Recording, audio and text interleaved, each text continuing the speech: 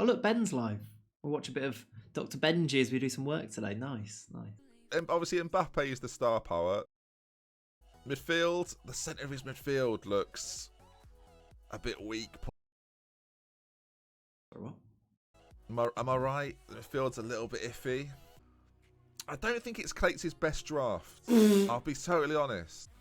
I'm actually going to say 6.5 for Clayts. 6.5? I don't think Clayts' team's that good.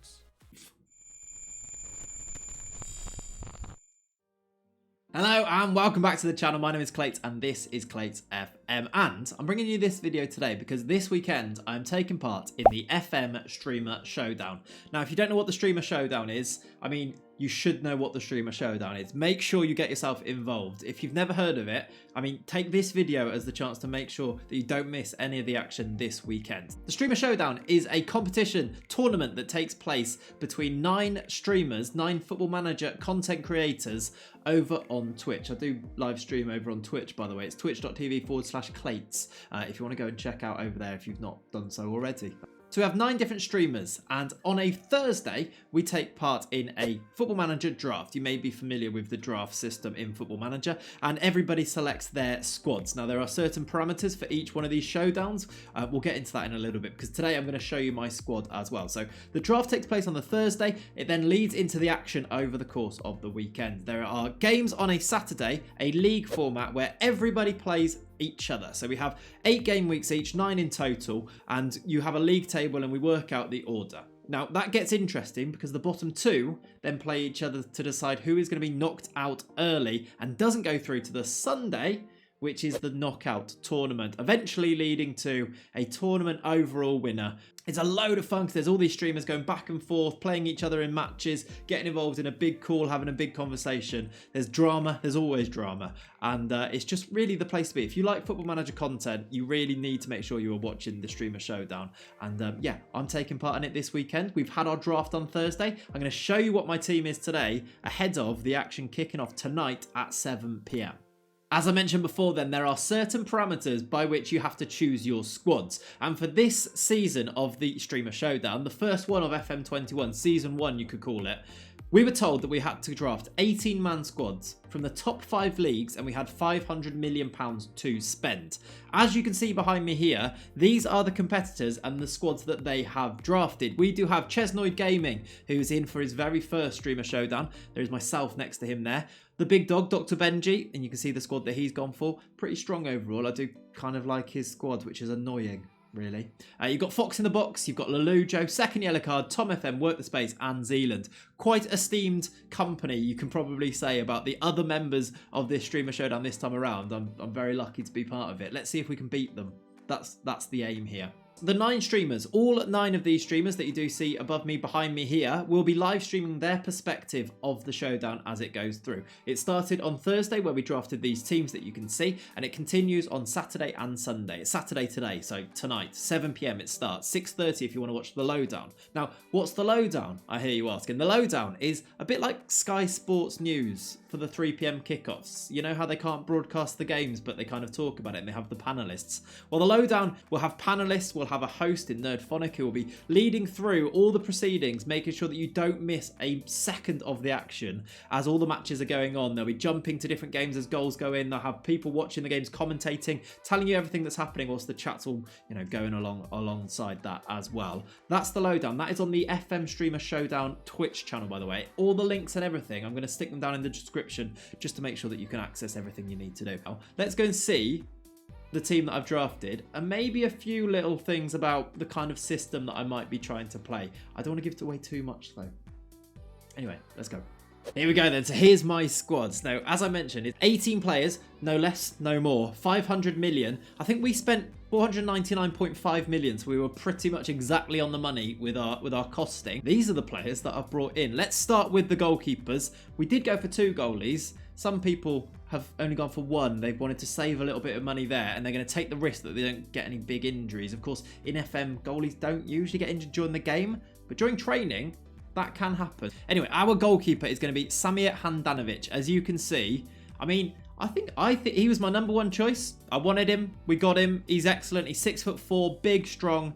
I mean, he's got great reflexes here at 20, you can see. Sweeper keeper. He's going to do the exact role that we want him to do. And honestly, he was my number one choice. We got him, and I'm really, really happy with it. There's not much more to be said about Samir Handanovic. The backup to Samir Handanovic, maybe less reliable, but it's Kepa Arrizabalaga. Now, the world's most expensive goalkeeper is your backup. I'll take that. He's also pretty cheap in draft, but he's going to be our backup goalkeeper.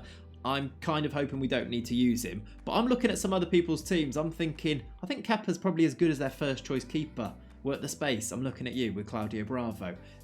So in defence, I've gone for, I mean, they're in a back four now. Maybe, spoilers, I might not be playing a back four. You'll have to see tonight when we kick off the games. Some games I might be playing a back four. The back four that I've selected for now, though, at right back, Ashraf Hakimi is going to be our main guy. Now, if I just highlight him there for you, the reason I brought in Hakimi is the fact he's got 19 pace, 17 acceleration. He's so quick. He's got 17 crossing as well. Again, first choice right back. We brought him in, and I think he's the bee's knees. I didn't think I was going to use that expression, but I think he's the bee's knees. Hakimi's going to be right back. Left back, not the first choice. I'll be completely transparent here. Alexander Kolarov. Now, I really like him. He's 6'2". Look at those mentals that he's got there. The composure at 17, the 15 work rate, teamwork, 16 penalties and stuff. If you even go across, 18 free kicks. He's a set-piece demon, which means taking those corners, those in-swingers in the Showdown. If you've not watched in the past, set-pieces are a big deal. Kolarov, not the first choice. Alex Tellez, by the way, was going to be our first choice. So Chesnoid, who's taken Tellez there. I'm disappointed about that. Centre-backs, I mean, the main man, Rafa Varane. It's Varane and the gang at the back for us. I mean, again, first choice centre-back, we got him. And I'm delighted with it because he's quick, strong. I keep going back to these things. Tall, quick, strong are the three things I'm going for. I think these are super important attributes in FM21. Way more so than FM20 in this new match engine. And that's what I'm pinning all of my hopes on. He's going to be backed up by some cheaper choices. Now, I'm going to be honest about this as well. These are cheaper choices, and we've saved money here because we've splurged the money elsewhere. But I think for the money we spent on these players, we've got real value here. The best example of that for me is Dan Axel Zagadou. Now, if I just highlight Zagadou here, again, you can probably see the trend here. Big, strong, fast. The other defender that I think is going to play a lot of games is Edmund Tapsoba. If I click on Tapsoba here, again, really, I think he's a pretty well-rounded player, actually. 14 pace, 6'4", 14 agility, that's useful. 14 heading as well. And then he's got pretty good things like passing, and his tackling is obviously an important attribute for him to have. Again, 21 years old, so a little bit cheaper because he's so young. But I think, again, right-sided, he's the right-sided player. You see how we've got this balance at the back there. And then backed up also by the likes of Lucas Klosterman. He's an option off the bench. Again, really pacey, tall, and can also play centre-back and right-back, can cover both of those positions. Those are our defenders, really. Also, Ben Davies, I should probably mention as well. He's the backup left-back to Kolarov. The midfielders that I've put in place in this kind of placeholder formation tactic that I've put them in now are Rodri and Luis Alberto. Let's start with Rodri. Rodri's more of a defensive, deeper midfielder, but again, look at his size, 6'3", can also cover at centre-back if we need him to. Defensive midfield, central midfield, this is our guy. Look at those fantastic mentals, look at those great physicals, and then he's got things like 15 first touch and 14 passing, 14 technique. Rodri is one of our midfielders. Alongside him is going to be our creative force. It's going to be Luis Alberto, now the former Liverpool player here. In terms of creating goals, this is your man. This man will create those clear-cut chances. There's a stat that tracks that as we go through. I'm going to make sure I pull that up on my stream during the showdown because this guy is going to create chances. Just mark my words. Look at the 20 flair. He's got, just look at the mentals overall there. Fantastic. 18 vision, 18 passing, 17 technique. He will set up the strikers. He'll load the bullets and then the strikers will shoot. There's a saying there. I don't think it's that, though. But this is the guy in the midfield. He's going to be the creative force. There are backups for both of these players, almost like an Alberto light and a Rodri light. The Rodri light is going to be Eric Polga, who, again, just look at him. He's fantastic. So cheap in the draft as well. 6'2". He is Rodri light. And then if we go to Alberto light, we've got James Maddison, who he also brought in. Again, really cheap in the draft, but brilliant. He's going to be really, really useful. I feel like he might get quite a lot of game time, especially if we might want to change one of the wingers, because he can, of course, play out wide as well. James Maddison and Pulga are going to be our backup midfielders. And then we move through to what I think is a really exciting strike force. Let me show you them.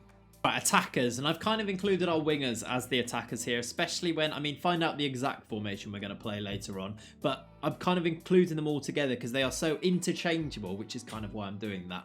I'll start with Adama Traore. Not necessarily a starter, I'm probably going to say, but off the bench, imagine being able to bring this guy on. 20 pace, 20 acceleration, 18 dribbling, 18 flair. He will make stuff happen. Sometimes he looks almost broken in the match engine, the way that he just carries the ball and burns past people. If you've got a tired squad or if you've got a slow defence, Team FM, then this guy's going to burn past you and he's going to create chances. Adama Traore, watch out for him.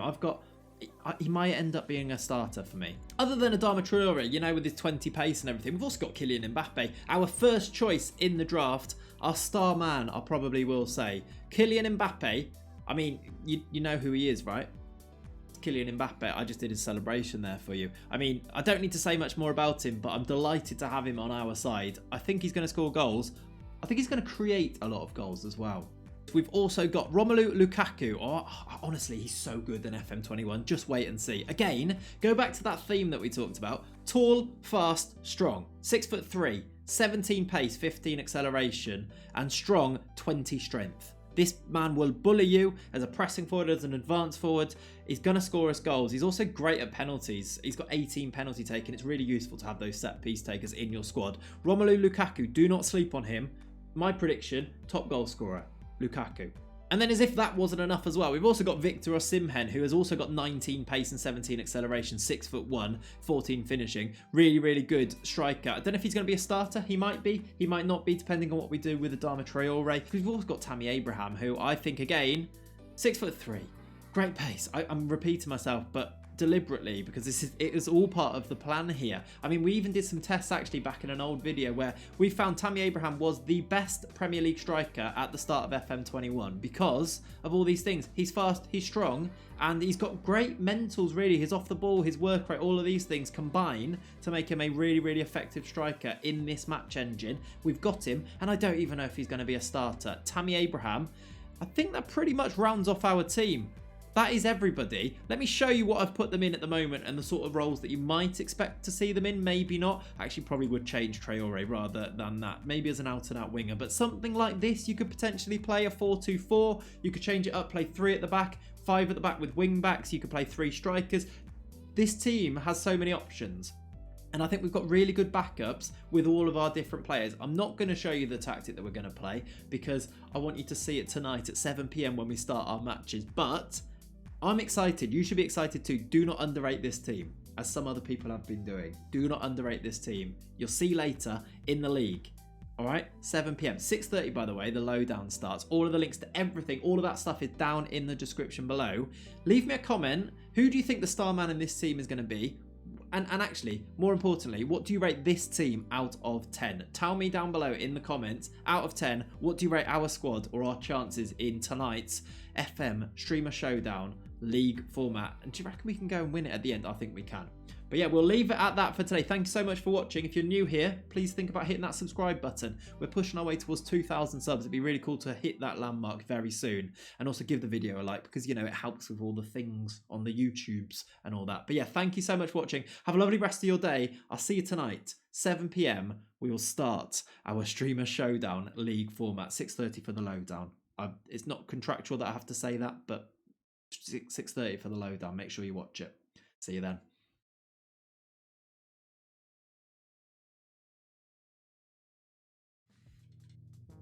It's the circle of life, and it moves us so.